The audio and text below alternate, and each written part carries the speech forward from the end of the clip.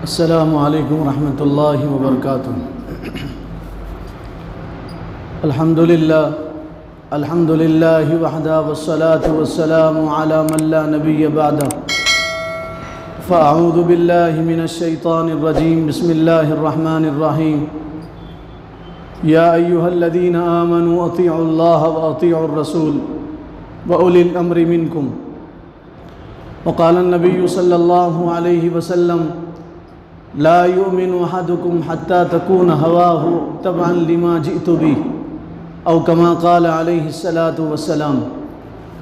اللہ تعالیٰ نے بے حد کرم کا، شفقت کا، محبت کا، عنایت کا معاملہ کیا۔ جمعہ کی نورانی اور پاکیزہ گھڑیوں میں اپنے پاک بارگاہ میں حاضری کی توفیق عطا فرمائی۔ دعا کیجیے اللہ تعالیٰ ہم سب کے حاضر ہونے کو، جمع ہونے کو، جڑنے کو، مل بیٹھنے کو، سننے سنانے کو قبول فرما لے، اور دعا کیجیے اللہ اسلام پہ زندہ رکھے، ایمانی محنتوں میں لگائے رکھے، اور دعا کیجیے اللہ ہم سب کو اپنی رضا خوشنودی والی موت عطا کرے۔ گزشتہ کئی جمعہ سے یہ بات درس کی جا رہی ہے۔ اللہ تعالیٰ نے قرآن میں تمام مسلمانوں کو یہ حکم دیا کہ تم نبی سے سچی محبت کرو اور نبی سے سچی عقیدت رکھو اور نبی کی پوری پوری اطاعت کرو۔ نبی جو تمہیں دیں اسے قبول کرو، اور نبی جس چیز سے روکیں اس چیز سے رک جاؤ۔ نبی کے نقش قدم پہ چلو اور نبی کے سانچے میں ڈھلو، دنیا بھی تمہاری، آخرت بھی تمہاری۔ اور اگر نبی کی ذات سے تم روگردانی کرو گے اور منہ موڑو گے تو دنیا میں بھی ذلیل ہو جاؤ گے اور آخرت میں بھی بے عزت ہو جاؤ گے۔ اللہ تعالیٰ نے فرمایا تم محمدی بنو اور محمدی رنگ میں رنگو، اور نبی کو اسوہ اور قدوہ بناؤ اور نمونہ بناؤ، اور سچی محبت کرو نبی اکرم صلی اللہ علیہ وسلم سے۔ کیسی محبت کرو؟ جیسے صحابہ نے آپ سے محبت کیا۔ آسمان کے نیچے، زمین کے اوپر صحابہ نے جیسے رسول اللہ سے محبت کیا، ویسے پوری دنیا میں کسی نے کسی سے ایسی محبت نہیں کیا۔ دنیا کے انسانوں میں کسی نے کسی سے ایسی محبت نہیں کیا۔ نہ ماں نے بچوں سے آج تک ایسی محبت کی، نہ بچوں نے اپنی ماں سے ایسی محبت کی، نہ استاد نے شاگرد سے ایسی محبت کی، نہ شاگردوں نے کبھی اپنے استاد سے ایسی محبت کیا، نہ کسی پیر نے اپنے مرید سے ایسی محبت کیا، نہ مریدوں نے اپنے پیر سے کبھی ایسی محبت کیا جیسے صحابہ نے اللہ کے رسول سے محبت کیا تھا۔ اس لیے فرمایا تمہارا ایمان ایسے بنے جیسے صحابہ کا ایمان تھا، تمہاری زندگی ایسے جیسے صحابہ کی زندگی، عشق نبی سے ایسے جیسے صحابہ کا عشق تھا۔ آمنو کما آمن الناس، ایسے ایمان لاؤ جیسے صحابہ نے ایمان لایا۔ علماء نے اس آیت کی تفسیر میں لکھا ہے صحابہ کا ایمان معیار ہے، صحابہ کا ایمان نمونہ ہے، صحابہ کی ہر چیز تمہارے لیے اسوہ اور قدوہ ہے۔ اس لیے فرمایا اصحابی کالنجوم بأیہم اقتدیتم اہتدیتم، صحابہ تمہارے لیے مقتدا ہیں، صحابہ ستاروں کے مانند ہیں، جس کی بھی اقتدا کرو گے ہدایت پا جاؤ گے۔ تو اللہ نے فرمایا صحابہ جیسا عشق ہو۔ اور صحابہ کیسی محبت کرتے تھے نبی اکرم صلی اللہ علیہ وسلم سے، اور کیسا عشق تھا۔ غزوہ احد کا میدان ہے اور موقع ہے، اور رسول اللہ صلی اللہ علیہ وسلم دشمنوں کے مقابل میں ہیں۔ ایک صحابی ابو طلحہ آگے آئے، حضور سے کہنے لگے اللہ کے نبی آپ میرے پیچھے کھڑے رہ جائیے۔ حضور نے فرمایا ابو طلحہ کس وجہ سے؟ کہا اللہ کے نبی دشمن آپ کو مارنا چاہیں گے، وہ تیر پہلے میرے جسم پہ آئے گا، میں زخم کھاؤں گا، میرے جسم سے خون نکلے گا اور میرا ہاتھ ضائع ہوگا اور میں پہلے شہید ہو جاؤں گا۔ آنے والی تکلیف کو پہلے میں اپنے جسم پہ لوں گا۔ اے اللہ کے نبی میں آپ کی حفاظت میں آگے رہوں گا، اور میں آپ کے آگے کھڑا رہوں گا اور آپ کو پیچھے کھڑا کروں گا۔ حضرت ابو طلحہ نے حضور کو پیچھے کھڑا کیا۔ کیسی محبت تھی، اپنی جان سے زیادہ محبت۔ تکلیف پہنچے مجھے منظور ہے، میرے جسم میں تیر گھس جائے منظور ہے، جسم تیر سے زخمی ہو جائے منظور ہے، آپ صلی اللہ علیہ وسلم کو تکلیف پہنچے منظور نہیں، حضور کو خراش آ جائے منظور نہیں۔ حضرت ابو طلحہ آگے تھے، اور حضرت ابو طلحہ نے تیر اپنے جسم پہ لیا، آپ کی پیٹھ زخمی ہوئی، پیٹ زخمی ہوا، کوئی تیر آتا آپ کے ہاتھ میں لگ جاتا۔ جب جنگ ختم ہوئی تو رسول اللہ صلی اللہ علیہ وسلم نے دیکھا حضرت طلحہ کا ہاتھ کٹ گیا تھا، حضرت طلحہ کا ہاتھ تیروں سے کٹ گیا تھا، سینہ زخموں سے چھنی ہو گیا تھا، پیٹھ پہ حضرت طلحہ کے تیر لگے تھے، اور حضرت طلحہ نڈھال ہو کے زمین پہ گرے تھے، اور حضور حضرت طلحہ سے جنگ کے دوران فرماتے فدا کا ابی و امی ارمی ابو طلحہ، فدا کا ابی و امی، ابو طلحہ تیر برساؤ، میرے ماں باپ تم پہ قربان ہو جائیں۔ کون کس سے کہہ رہا ہے؟ اللہ کے نبی، خدا کے حبیب، امام الانبیاء حضرت طلحہ سے کہہ رہے ہیں میرے ماں باپ تم پہ قربان ہو جائے، تم تیر چلاؤ۔ جب جنگ ختم ہوئی تو حضرت طلحہ کا ہاتھ کٹا ہوا تھا، جسم سے خون بہہ رہا تھا۔ حضور نے حضرت طلحہ کے جسم کو اپنے گود میں لیا، آسمان کی طرف دیکھ کے کہا پروردگار تیرے نبی کی محبت میں طلحہ نے اپنا یہ حال کیا، تیرے نبی کی محبت میں طلحہ نے اپنا یہ حال کیا، طلحہ کا ہاتھ کٹ گیا ہے اور جسم زخموں سے چور ہے، یا اللہ تو طلحہ کی حفاظت فرمانا۔ نبی کی محبت میں انہوں نے اپنا پورا جسم چھلنی کر دیا، نبی کی محبت میں اپنا ہاتھ کاٹ دیا۔ اس کو کہتے ہیں سچا عشق اور سچی محبت۔ ہم جیسی محبت، ہماری محبتیں زبانوں پہ، ہماری محبتیں ظاہر میں، ہماری محبتیں نعروں میں، ہماری محبت دل میں نہیں ہے، عمل میں نہیں ہے، ہماری محبت اطاعت میں نہیں ہے، ہماری محبت رسول اللہ کو اسوہ بنانے اور قدوہ بنانے میں نہیں۔ اسی جنگ میں ایک صحابی آئے، ان کا نام تھا قتادہ بن نعمان رضی اللہ تعالیٰ عنہ۔ حضور صلی اللہ علیہ وسلم کے پاس آئے جنگ ختم ہونے کے بعد، اپنے آنکھ کا ڈلہ لے کے آئے، آنکھ کا ڈلہ لے کے آئے، فرمایا اللہ کے نبی یہ آنکھ کا ڈلہ ہے۔ حضور نے دیکھا، شفیق نبی نے دیکھا، رؤوف رحیم نبی نے دیکھا، آپ جیسا شفیق دنیا میں کوئی نہ آیا نہ قیامت تک آئے گا۔ اللہ رب العالمین ہے، اللہ رحمان اور رحیم ہے، آپ رحمت للعالمین ہیں، آپ رؤوف رحیم نبی ہیں۔ آپ جیسا پیار کسی نے کسی کو نہیں دیا۔ آپ کو اپنی امت سے جو محبت تھی وہ ماں کو اپنے بچے سے محبت نہیں۔ آپ ایک ایک امتی کے لیے اتنا تڑپے جتنا ماں اپنے بچے کے لیے نہیں تڑپتی، اور جتنا ماں اپنے بچے کے لیے بے قرار نہیں ہوتی، اتنا کائنات کے سردار اپنی ایک ایک امت کے لیے تڑپے اور اپنی ایک ایک امت کے لیے روئے ہیں اور بے قرار ہوئے ہیں۔ رسول اللہ نے جب دیکھا نعمان کے ہاتھ میں آنکھ کا ڈلہ ہے تو آپ رو پڑے، آپ کی ہچکیاں بن گئی۔ آپ نے کہا نعمان کیا بات ہے، تمہاری آنکھ نکل کے نیچے گر گئی ہے؟ تو حضرت نعمان رونے لگے، اور حضرت نعمان نے کہا اے اللہ کے نبی یہ آپ کی محبت میں ہوا ہے۔ کہا اللہ کے نبی یہ آپ کی محبت میں ہوا ہے۔ حضور نے فرمایا نعمان یہ میری محبت میں کیسے ہوا؟ میرا بولنا آسان ہے، آپ کا سننا آسان ہے، لیکن جس کی آنکھ میں تیر لگا ہوگا اور آنکھ کا ڈلہ نکل کے نیچے گرا ہوگا اس پہ کیا گزرتی ہوگی؟ ہماری آنکھ آ جائے سر میں درد ہوتا ہے، بدن میں درد ہوتا ہے، نیند نہیں آتی۔ جس کو آنکھ آتی ہے کوئی دوسرا اس کو دیکھتا ہے اس کو درد ہوتا ہے۔ اب جس کی آنکھ کا ڈلہ نیچے نکل کے گرا ہے تو اندازہ لگا اس کو کتنی تکلیف ہوتی ہوگی اور کتنا درد ہوتا ہوگا اور کتنی کڑن ہوتی ہوگی اور کتنی الجھن ہوتی ہوگی۔ آنکھ کا ڈلہ زندہ ہے، نیچے نکل کے گرا ہے۔ حضور نے آنکھ کا ڈلہ لیا، پوچھا نعمان یہ کیسے ہوا؟ تو حضرت نعمان نے کہا اللہ کے نبی جنگ گرم تھی، زوروں پہ تھی، دشمن آپ کو مارنا چاہتے تھے، تو میں نے اپنا چہرہ آپ کے چہرے کے سامنے کیا، مجھے زخم لگے منظور، تیر لگے مجھے منظور، میرا پورا چہرہ بگڑ جائے مجھے منظور، میں شہید ہو جاؤں مجھے منظور، میں جان دے دوں مجھے منظور، لیکن آپ کے جسم اتھر پہ خراش آ جائے مجھے منظور نہیں۔ یہ سچے عاشق ہوتے ہیں، خود کڑ جاتے ہیں لیکن محبوب پہ آنچ آنے نہیں دیتے، خود جل جاتے ہیں محبوب پہ حرف آنے نہیں دیتے۔ حضرت نعمان نے کہا اللہ کے نبی دشمن آپ کو مارنا چاہتا تھا، جب تیر مارنا چاہتا تھا تو میں اپنا چہرہ آپ کے چہرے کے سامنے کر دیتا تھا، کوئی تیر آتا میرے رخسار میں لگ جاتا، کوئی تیر آتا میرے دانتوں میں لگ جاتا، کوئی تیر آتا میرے سر میں لگ جاتا۔ دشمن نے نشانہ بنایا اور ایک تیر مارا اور تیر چھوڑا، وہ تیر اڑتا ہوا آیا اور میری آنکھ میں لگا اور آنکھ کا ڈلہ نیچے نکل کے گر گیا۔ اے اللہ کے نبی میری آنکھ تو ضائع ہو گئی۔ حضور بے قرار ہو گئے، آپ بے چین ہو گئے، آپ نے وہ آنکھ کا ڈلہ اپنے ہاتھ میں لیا، وہ ہاتھ جس کی قسم اللہ نے قرآن میں کھایا، اللہ تعالیٰ نے اس ہاتھ کی قسم قرآن میں کھایا، وہ ہاتھ جس کے اشارے سے چاند کے 2 ٹکڑے ہو گئے۔ رسول اللہ نے اس ہاتھ میں وہ آنکھ کا ڈلہ لیا اور حضرت نعمان کی آنکھ میں ڈالا اور ڈال کے آسمان کی طرف دیکھا اور دیکھ کے فرمایا یا اللہ تیرے نبی کی محبت میں نعمان کی آنکھ ضائع ہو گئی ہے، یا اللہ تیرا حبیب تجھ سے مانگتا ہے اور دعا کرتا ہے نعمان کی آنکھ کو اچھا کر دے، اور پہلے سے زیادہ اچھا کر دے اور نعمان کی آنکھ کی خرابی کو دور فرما دے۔ حضور کی محبت میں آنکھ ضائع ہو گئی تھی، حضور نے اپنے دستے ہاتھ سے، اپنے دستے شفقت سے اور اپنے دستے محترم سے، اپنے دستے شفقت سے وہ آنکھ کا ڈلہ ان کی آنکھ میں لگایا تھا۔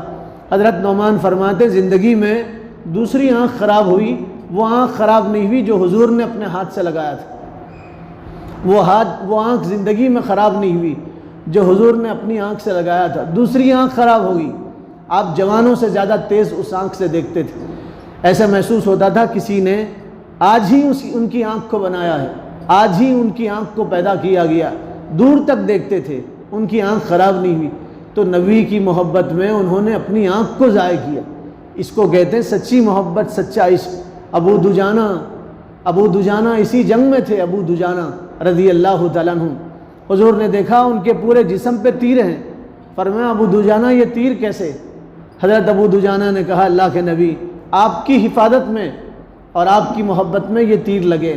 حضور بے قرار ہو گئے، آپ نے ان کے سراپے کو، ان کے جسم کو گود میں لیا اور لے کے فرمایا یا اللہ ابو دجانہ کے جسم کو پہلے سے بہتر بنا دے اور ان کے جسم کو جنت میں ڈال دے۔ انہوں نے اپنے جسم کو تکلیف میں ڈالا نبی کی محبت میں، یا اللہ تو ان کے جسم کو جنت میں داخل فرما دے۔ کیسی محبت تھی میرے بھائیوں، اور کیسا عشق تھا۔ دنیا میں آج تک کسی نے کسی سے ایسی محبت نہیں کیا، دنیا ایسی محبت کی مثال پیش نہیں کر سکتی۔ کیسی محبت تھی، جان سے زیادہ عزیز رسول اللہ تھے، کائنات کی ہر چیز سے زیادہ رسول اللہ صلی اللہ علیہ وسلم ان کو محبوب تھے، کائنات کی ہر چیز سے زیادہ۔ حضرت عثمان رضی اللہ تعالیٰ عنہ حضور کے داماد لگتے ہیں، حضرت عثمان رضی اللہ تعالیٰ عنہ۔ حضرت عثمان نے رسول اللہ صلی اللہ علیہ وسلم کی دعوت کیا۔ حضرت عثمان غنی تھے، غنی ان کا لقب تھا اور حضور نے ان کو لقب دیا تھا عثمان غنی کا۔ حضرت عثمان مالدار تھے، بہت دولت سے اللہ نے ان کو نوازا تھا۔ حضرت عثمان اپنی پوری دولت نبی کے اشارے پہ خرچ کرتے تھے، حضور کا اشارہ ہوا پوری دولت لٹاتے تھے اور قربان کرتے تھے۔ حضرت عثمان حضور سے بے پناہ محبت کرتے تھے۔ حضرت عثمان آئے اور آ کے کہنے لگے اللہ کے نبی میں آپ کی دعوت کرنا چاہتا ہوں، میں چاہتا ہوں آپ کے قدم مبارک ہمارے گھر میں پڑیں، آپ ہمارے گھر تشریف لائیں، ہمارے گھر میں بیٹھیں، ہمارے دسترخوان پہ بیٹھیں، آپ مہمان ہو ہمارے۔ عثمان آپ کا میزبان ہو، عثمان آپ سے بہت محبت کرتا ہے، اللہ کے نبی دعوت قبول کر لیجیے۔ حضور نے فرمایا عثمان دعوت کب کرو گے؟ حضرت عثمان نے فرمایا اللہ کے نبی آپ جب چاہیں گے دعوت ہوگی، آپ کی مرضی کے مطابق دعوت ہوگی، آپ کی منشا کے مطابق دعوت ہوگی، آپ جب چاہیں گے عثمان دعوت کرے گا۔ حضور نے فرمایا عثمان 3 دن کے بعد ہم تمہارے گھر آئیں گے، 3 دن کے بعد۔ اتنا سننا تھا۔ حضرت عثمان محبت میں ڈوب گئے، سرشار ہو گئے۔ حضرت عثمان جھومنے لگے، اسی محبت میں، اسی شوق میں اپنے گھر گئے، گھر کے گھر والوں کو جمع کیا، بچوں کو سامنے بٹھایا، بٹھا کے کہا بیٹو تمہیں معلوم 3 دن کے بعد ہمارے گھر کون آنے والے ہیں؟ پھر خود ہی فرمایا 3 دن کے بعد اللہ کے حبیب ہمارے گھر آنے والے، خدا کے رسول ہمارے گھر آنے والے ہیں، خدا کے لاڈلے امام الانبیاء سید المرسلین خاتم النبیین ہمارے گھر آنے والے ہیں۔ بچوں سے کہا دیکھو اللہ کے حبیب آئیں، میزبانی میں کوئی کسر نہیں ہونی چاہیے۔ بیویوں سے کہا، اپنی بیویوں سے کہا دیکھو اللہ کے نبی آنے والے، گھر میں کوئی چیز کی کمی نہ ہو۔ حضور نے ہماری دعوت قبول کیا۔ 3 دن پورا گھرانہ محبت میں ڈوبا ہوا تھا، گھر کا بچہ محبت میں ڈوبا ہوا تھا، بیوی محبت میں ڈوبی ہوئی، عثمان محبت میں ڈوبے ہوئے، گھر کا ذرہ ذرہ محبت میں ڈوبا ہوا، انتظار کر رہے وہ گھڑیاں کب ختم ہوگی، کب رسول اللہ ہمارے گھر آئیں گے، کب وہ گھڑیاں ختم ہوں گی اور کب رسول اللہ ہمارے گھر تشریف لائیں گے۔ خدا کر کے 3 دن ہو گئے، رسول اللہ صلی اللہ علیہ وسلم حضرت عثمان کے گھر تشریف لائے۔ حضرت عثمان کبھی حضور کو دیکھتے، کبھی اپنے گھر کو دیکھتے، یوں کہتے اللہ کے نبی کیسا مبارک گھر، جس گھر میں آپ تشریف لا رہے ہیں، وہ گھرانہ کیسا مبارک جس گھر میں آپ تشریف لا رہے ہیں۔ حضور کو لے کے اندر آئے۔ حضرت عثمان جب حضور کے پیچھے پیچھے چلتے تھے تو حضور کے قدموں پہ اپنے قدم رکھتے تھے اور گنتی گنتے تھے، عربی میں گنتی گنتے تھے، 1 2 3 4 5 6 7 8 9 10۔ 1 2 3 4 5 6 7 8 9 10۔ حضور نے فرمایا عثمان جب بھی میں کوئی قدم اٹھاتا تھا تو اس پہ تم اپنا قدم رکھتے تھے، اور تم گنتی گنتے تھے، وجہ کیا ہے؟ حضرت عثمان نے کہا اللہ کے نبی جب آپ واپس ہوں گے تو میں اس کا جواب دوں گا۔ حضرت عثمان نے حضور کی میزبانی کیا، جو میسر آیا حضور کے سامنے رکھ دیا، حضور نے پیٹ بھر کے کھایا، حضرت عثمان نے کھایا، گھر والوں نے کھایا، حضرت علی بھی دعوت میں تھے، حضرت علی نے کھایا۔ حضور جب حضرت عثمان کے گھر سے واپس جانے لگے پھر حضرت عثمان گنتی گننے لگے، اور جہاں رسول اللہ کا پیر پڑتا تھا وہاں حضرت عثمان اپنا پیر رکھتے تھے۔ کیسی محبت تھی، حضور کے پیر پہ اپنا پیر رکھتے تھے، حضور کی محبت میں کہ جہاں رسول اللہ کا پیر پڑے وہاں میرا پیر پڑے، یہ محبت تھی۔ جس جگہ پہ حضور نے اپنا پیر رکھا اس جگہ میں اپنا پیر رکھوں، برکت کے لیے حضور کی جگہ پہ اپنا پیر رکھتے تھے۔ اور جب رسول اللہ واپس آئے تو حضور نے فرمایا عثمان تم گنتی کیوں گنتے تھے؟ گنتی کیوں گنتے تھے؟ تو حضرت عثمان نے کہا اللہ کے نبی میں نے ارادہ کیا تھا، عزم کیا تھا، اور میں نے منت مانا تھا کہ جب آپ میرے قدم جائیں گے اور واپس آئیں گے تو جتنے قدم آپ کے میرے گھر کی طرف اٹھیں گے اور جتنے قدموں سے چل کے آپ میرے گھر سے جائیں گے، میں ہر ایک قدم پہ ایک غلام آزاد کرنا چاہتا ہوں، ہر قدم پہ ایک غلام آزاد کرنا چاہتا ہوں، اور میں نے اب ارادہ کر لیا تو میں اتنے غلام آزاد کروں گا محبت میں۔ آپ کے جتنے قدم میرے گھر کی طرف اٹھے ہر قدم پہ میں ایک غلام آزاد کروں گا، اور آپ میرے گھر سے چل کے اپنے گھر آئے ہر قدم پہ میں ایک غلام آزاد کروں گا۔ کیسی محبت تھی حضرت عثمان کو کائنات کے سردار سے، اللہ کے رسول سے۔ ہم اس واقعے کی روشنی میں، آئینے میں اپنی زندگیوں کو ٹٹولیں اور اپنا سراپا دیکھیں، کیا ہم بھی رسول اللہ سے اتنی محبت کرتے ہیں جیسے حضرت عثمان نے حضور سے محبت کیا؟ اس دعوت میں حضرت علی بھی تھے، حضور کے دوسرے داماد۔ گھر آئے، چہرہ سگڑا ہوا تھا، آنکھوں میں آنسوؤں کی نمی تھی، آنسو بہہ رہے تھے۔ آپ کی اطاعت گزار بیوی، جنت کی عورتوں کی سردارن، حسنین کی اماں جان، رسول اللہ کی لاڈلی بیٹی حضرت فاطمہ نے اپنے شوہر کو دیکھا، دیکھ کے پہچان لیا، سمجھ گئی کہ آج میرے شوہر پریشان ہیں، آج میرے شوہر کو کچھ پریشانی آ گئی اور اداسی آ گئی۔ پوچھا علی کیا بات ہے، تم کچھ پریشان نظر آ رہے ہو؟ اطاعت گزار بیویاں شوہر کے چہرے کو دیکھ کے جان لیتی ہیں کہ میرے شوہر کچھ پریشان ہے۔ آج کی ماڈرن بیوی شوہر کو پریشان دیکھ کے پھر پریشان کرتی ہے، یہ چاہتی ہے میرا شوہر جتنا پریشان رہے گا وہ میرے اتنے قریب آئے گا۔ نہیں، شوہر کو جتنا تم سکھ دو گی وہ اتنا تمہارے قریب آئے گا، اور جتنا دکھ دو گی وہ شوہر تمہارے جسم سے تو قریب ہو سکتا ہے، دل سے قریب نہیں ہو سکتا، محبت سے قریب نہیں ہو سکتا۔ حضرت فاطمہ نے حضرت علی کو دیکھا، پہچان گئی کہ شوہر ناراض ہیں، غمگین ہیں، شوہر کو کچھ پریشانی لاحق ہو گئی ہے۔ پوچھا علی کیا ہو گیا؟ تو حضرت علی نے فرمایا نہیں فاطمہ، کہاں عثمان کہاں علی؟ تو حضرت فاطمہ نے کہا کیا عثمان سے جھگڑا ہو گیا؟ اور کیا عثمان سے لڑائی ہوگی؟ کیا عثمان نے آپ کو کچھ کہا ہے؟ کیا عثمان سے بحث ہو گئی ہے؟ تم بار بار عثمان کا نام لے رہے ہو۔ تو حضرت علی نے کہا نہیں، عثمان تو بڑے رحیم ہیں، شفیق ہیں، عثمان تو بڑے نرم دل ہیں، عثمان تو خوب خرچ کرنے والے ہیں، سخی ہیں، عثمان کی حیا سے تو فرشتوں کو حیا آتی ہے، عثمان تو بہت شرمیلے ہیں، عثمان سے کوئی جھگڑا نہیں ہوا۔ پھر پوچھا کیا ہوا، تم بار بار عثمان کا نام لے رہے ہو؟ تو حضرت علی نے فرمایا نہیں، آج عثمان نے اللہ کے نبی کو اپنے گھر بلایا، دعوت کی، عجیب دعوت کی، پتہ نہیں فاطمہ کب ہم حضور کو اپنے گھر بلائیں گے، کب ہم اللہ کے نبی کی دعوت کریں گے۔ تو حضرت فاطمہ بھی رو پڑی، کہنے لگی علی دعوت کریں گے۔ حضرت علی کہنے لگے ہم مزدور ہیں۔ حضرت علی مزدوری کرتے تھے۔ حضور نے اپنی بیٹی ایک مزدور کو دے کے قیامت تک کے لوگوں کو بتایا، داماد ظاہر میں پھٹے کپڑے پہنے، چھوپڑے میں رہتا ہو، اس کے پاس دولت نہ ہو، لیکن اخلاق اگر اس کے پاس ہے، کردار کی دولت اس کے پاس ہے، تو تم اپنی بیٹی میں شرم محسوس مت کرو، تمہاری بیٹی دنیا میں جنت کے مزے لے گی۔ حضرت علی کے پاس کچھ نہیں تھا، مزدوری کرتے تھے، مزدور تھے، مزدوری کرتے تھے، نوکری کرتے تھے۔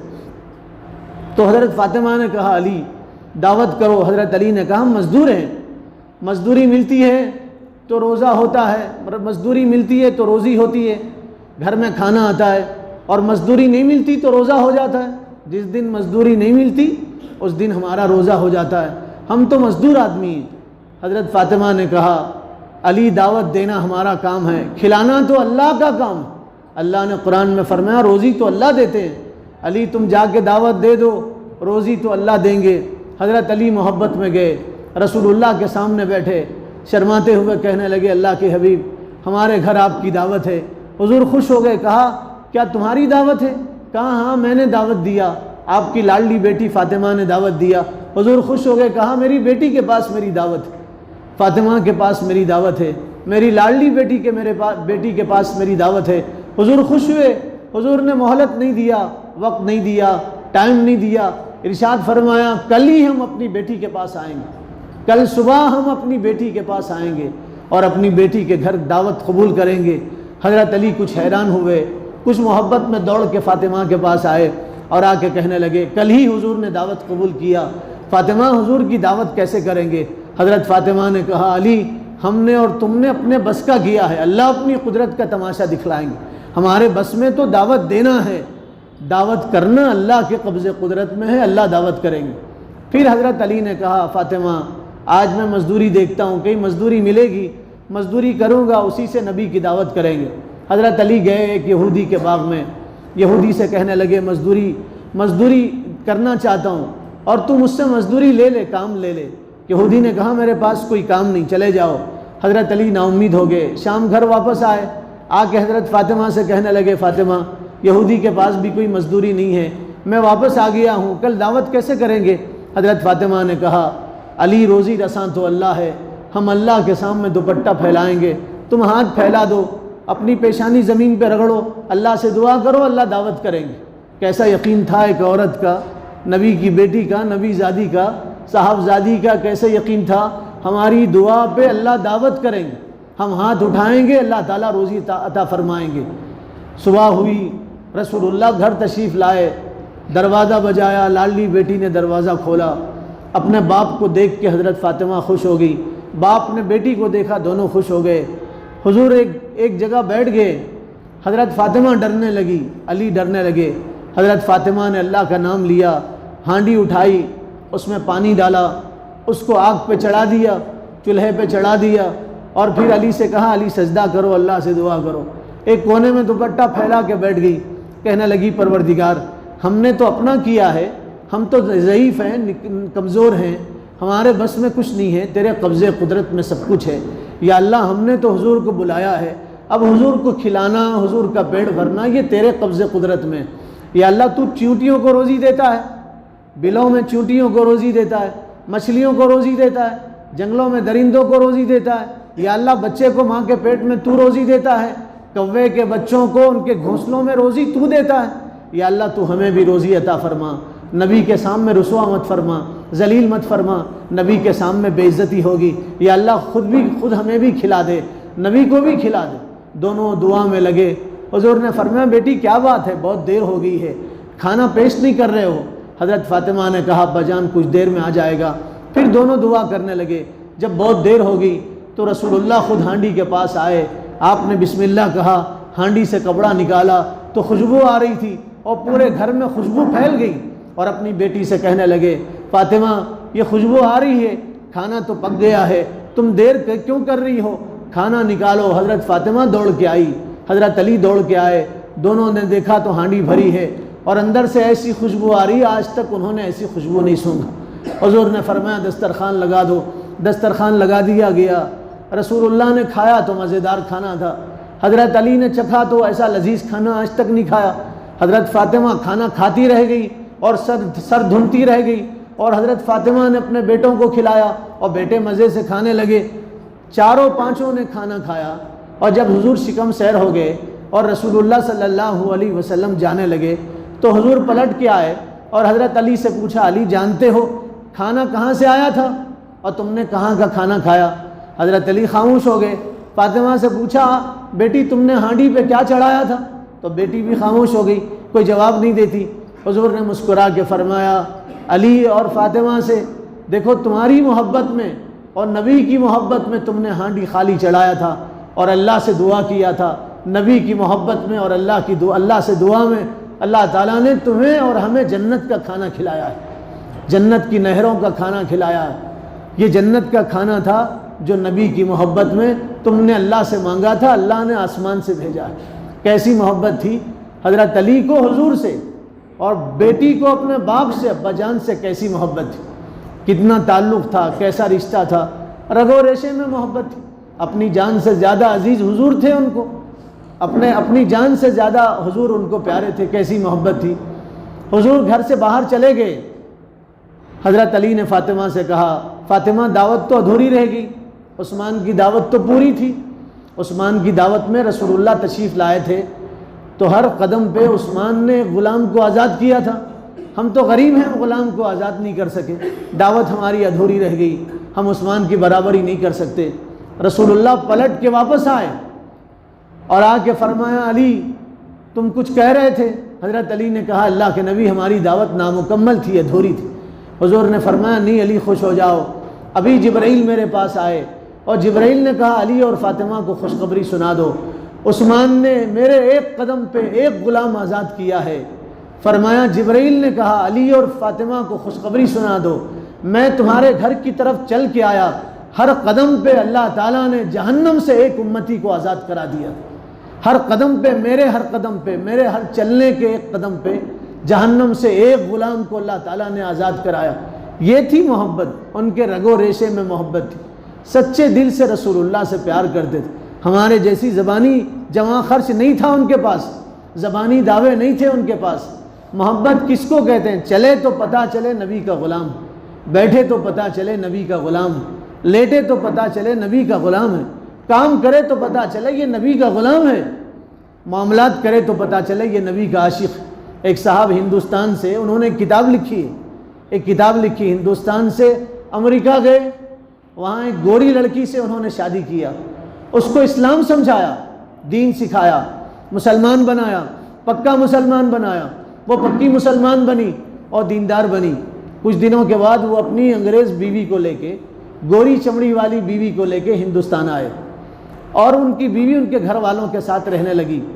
کچھ دن کے بعد ان کی بیوی نے شوہر سے شکایت کیا اور یہ کہا میں تو نان مسلم تھی، تم نے تو مسلمان بنایا، میں تو مسلمان نہیں تھی، کرسچن تھی، میں تو عیسائی تھی، تم نے مجھے مسلمان بنایا، کلمہ پڑھایا، پورا دین مجھے سکھایا، نماز سکھایا، شریعت سکھائی، سنت سکھایا، دین سکھایا. تم اپنے گھر والوں کو آج تک دین کیوں نہیں سکھا سکے؟ کہ تمہارے گھر والے اب تک بے دین ہیں، تم ان کو دین کیوں نہیں سکھا سکے؟ انہوں نے کہا یہ کیسے بے دین ہے؟ کہا یہ بے دین ہے، اذان کی آواز سن کے مسجد میں نہیں جاتے، اذان کی آواز سن کے مسجد میں نہیں جاتے، یہ بے دین ہے، سنت پہ عمل نہیں کرتے، بے دین ہے. تم نے مجھے ڈھیر ساری کتابیں تحفے میں دیا، کتابوں میں جو دین ہے وہ ان کی زندگی میں نہیں، کاش تم ان کو بھی دیندار بنا دیتے. شوہر رونے لگا اور کہنے لگا یہ تو پیدائشی مسلمان ہیں لیکن ان کی زندگیوں میں نبی کی محبت نہیں ہے اور دین نہیں. تو ہم کیسی محبت کر رہے ہیں رسول اللہ سے؟ نہ ہمارا سر بتاتا ہم نبی کے غلام ہیں، نہ ہمارا چہرہ بتاتا نبی کے غلام ہیں، نہ ہمارا جسم بتاتا ہم نبی کے غلام ہیں، نہ ہماری مسکراہٹ بتاتی، نہ ہمارا سلوک بتاتا، نہ ہمارا برتاؤ بتاتا کہ ہم نبی کے غلام ہیں. قرآن سے ہٹ کے زندگیاں گزار رہے ہیں. سورہ فاتحہ سے سورہ ناس تک کوئی ایک آیت عملی طور پہ ہماری زندگی میں نہیں. 6666 آیتیں قرآن کی، ایک آیت بھی کسی مسلمان کی زندگی میں عملی طور پہ نہیں. کہ رونا رو رہے کہ دن نہیں بدلتے، مسلمانوں کو عزت نہیں ملتی، کافر دندنا رہے. کیسے نہیں دندناتے؟ کافر کیسے نہیں غلبہ پاتے؟ اللہ نے قرآن میں فرمایا تم ہی غالب رہو گے اگر تم سچے مومن ہو.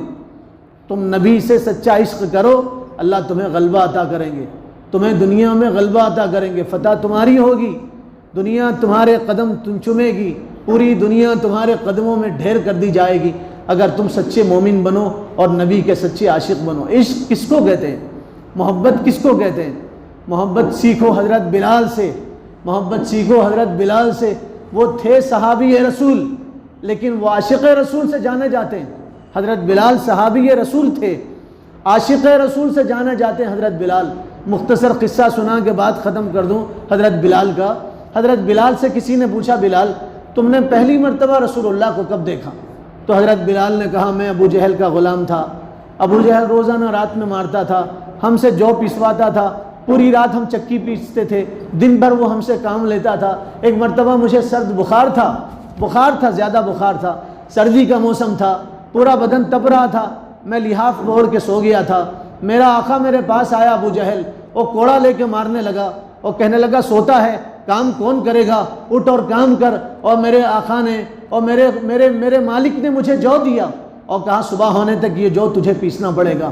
بخار میں تپ رہا تھا، بدن میرا کانپ رہا تھا، اور سردی میں، اور میرے مالک نے لحاف بھی چھین لیا، میں کھلے آسمان کے نیچے بیٹھا تھا، میں پریشان تھا۔ اتنے میں ایک نورانی چہرے والے صاحب آئے، آ کے کہنے لگے وہ تمہیں کیا ہو گیا، تمہارا بدن کانپ رہا؟ پھر میرا ہاتھ اپنے ہاتھ میں لیا اور رو کے کہنے لگے تمہارے بدن میں تو بخار ہے۔ تو میں نے کہا جاؤ اپنا کام کرو، یہاں تو محبت جتانے والے بہت آتے ہیں لیکن کوئی ہمدردی کرنے والا نہیں آتا، کوئی ساتھ دینے والا نہیں آتا۔ رسول اللہ وہاں سے چلے گئے، کچھ دیر کے بعد آئے تو آپ کے ہاتھ میں گرم دودھ کا پیالہ تھا اور کھجوریں تھیں۔ کہا بلال یہ کھا لو اور دودھ پی لو۔ کہا میں دودھ پی کے سو جاؤں گا، کام کون کرے گا؟ کہا تم سو جاؤ، جو تمہارے میں پیسوں گا۔ سو گئے بلال۔ حضور نے صبح تک پورے جو پیسے حضرت بلال۔ 3 دن حضور نے حضرت بلال کے ساتھ یہی کیا۔ 3 دن کے بعد بلال نے پوچھا تم کون ہو؟ ماں ایسی محبت نہیں کرتی، تم ایسی محبت کر رہے ہو۔ حضور نے فرمایا لوگ مجھے محمد کہتے ہیں، میں اللہ کا رسول ہوں۔ حضرت بلال قدموں میں گر گئے، کلمہ پڑھ کے مسلمان ہو گئے۔ حضور کے کردار کو دیکھ کے کلمہ پڑھ کے مسلمان ہو گئے۔ جب تک رسول اللہ تھے حضرت بلال مدینے میں اذان دیتے تھے۔ حضور دنیا سے پردہ فرما گئے، بلال اذان دینا چھوڑ دیے۔ اذان اس لیے نہیں دیتے تھے، جب بھی اشہد ان محمد رسول اللہ کہتے تھے تو چیخ مارتے تھے، حضور کا نام آ جاتا تھا زبان پہ، حضور یاد آتے تھے، اذان نہیں دیکھ سکتے تھے، اس لیے حضرت بلال ملک شام چلے گئے تھے۔ 2 مرتبہ حضور کے بعد آپ نے اذان دی، 2 مرتبہ۔ ایک مرتبہ جب فلسطین فتح ہوا، حضرت عمر کے زمانے میں فلسطین فتح ہوا، اس وقت پہلی اذان فلسطین میں حضرت بلال نے دی، اور اس کے بعد حضرت بلال سو رہے تھے۔ حضور نے خواب میں آ کے کہا بلال یہ کیسی محبت ہے، کتنے دن ہو گیا تم ہمارے پاس نہیں آتے، کتنے دن ہو گیا، اس کو محبت کہتے ہیں، آؤ مدینہ آؤ، ہمارے روزے پہ آؤ۔ حضرت بلال نیند سے بیدار ہوئے، اسی وقت گھوڑے کو ایڑ لگایا، مدینہ چلے گئے۔ جب آپ مدینہ گئے، نماز کا وقت ہوا تو لوگوں نے کہا بلال اذان دو۔ حضرت بلال کہنے لگے میں اذان نہیں دے سکتا، میں برداشت نہیں کر سکتا۔ لوگوں نے اصرار کیا، آپ نے انکار کیا۔ حسنین آئے، نواسے، حضور کے نواسے آئے، ہاتھ پکڑ کے کہنے لگے بلال ہم حضور کے زمانے کی اذان سننا چاہتے ہیں۔ نواسوں کا اصرار تھا، انکار نہیں کر سکے، اذان دینے لگے۔ پورا مدینہ سمٹ کے آیا، مرد مسجد کے اندر تھے، عورتیں چہرہ چھپا کے مسجد کے باہر کھڑی تھی، سب رو رہے تھے، حضور کا زمانہ یاد آ گیا تھا۔ حضرت بلال نے اذان مکمل کیا، سب کی ہچکیاں بن گئی۔ ایک بچے نے چیخ کے کہا بلال تو آ گئے ہیں، اللہ کے نبی کب آئیں گے؟ بلال اب تو آ گئے، اللہ کے نبی کب آئیں گے؟ پھر پورا مدینہ محبت سے رونے لگا، حضور کی جدائی کے غم میں رونے لگا۔ یہ ہے محبت۔ محبت زبانی جمع خرچ کا نام نہیں۔ محبت کس کو کہتے ہیں؟ اس کے لیے اگلی جمعہ کا انتظار کیجئے، اللہ تعالیٰ عمل کی توفیق عطا فرما دے۔ جو حضرات سنتوں سے فارغ نہیں ہوئے ان سے گزارش ہے وہ سنتوں سے فارغ ہو جائیں۔